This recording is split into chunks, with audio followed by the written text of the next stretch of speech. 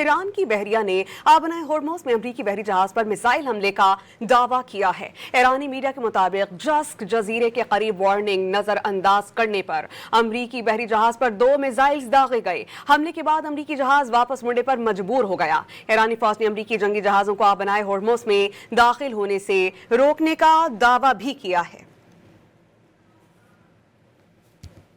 ایران کی بحریہ نے آبنائے ہورموز میں امریکی بحری جہاز پر میزائل حملے کا دعویٰ کیا ہے۔ ایرانی میڈیا کے مطابق جسک جزیرے کے قریب وارننگ نظر انداز کرنے پر امریکی بحری جہاز پر 2 میزائلز داغے گئے۔ حملے کے بعد امریکی جہاز واپس مڑنے پر مجبور ہو گیا۔ ایرانی فوج نے امریکی جنگی جہازوں کو آبنائے ہورموز میں داخل ہونے سے روکنے کا دعویٰ بھی کیا ہے۔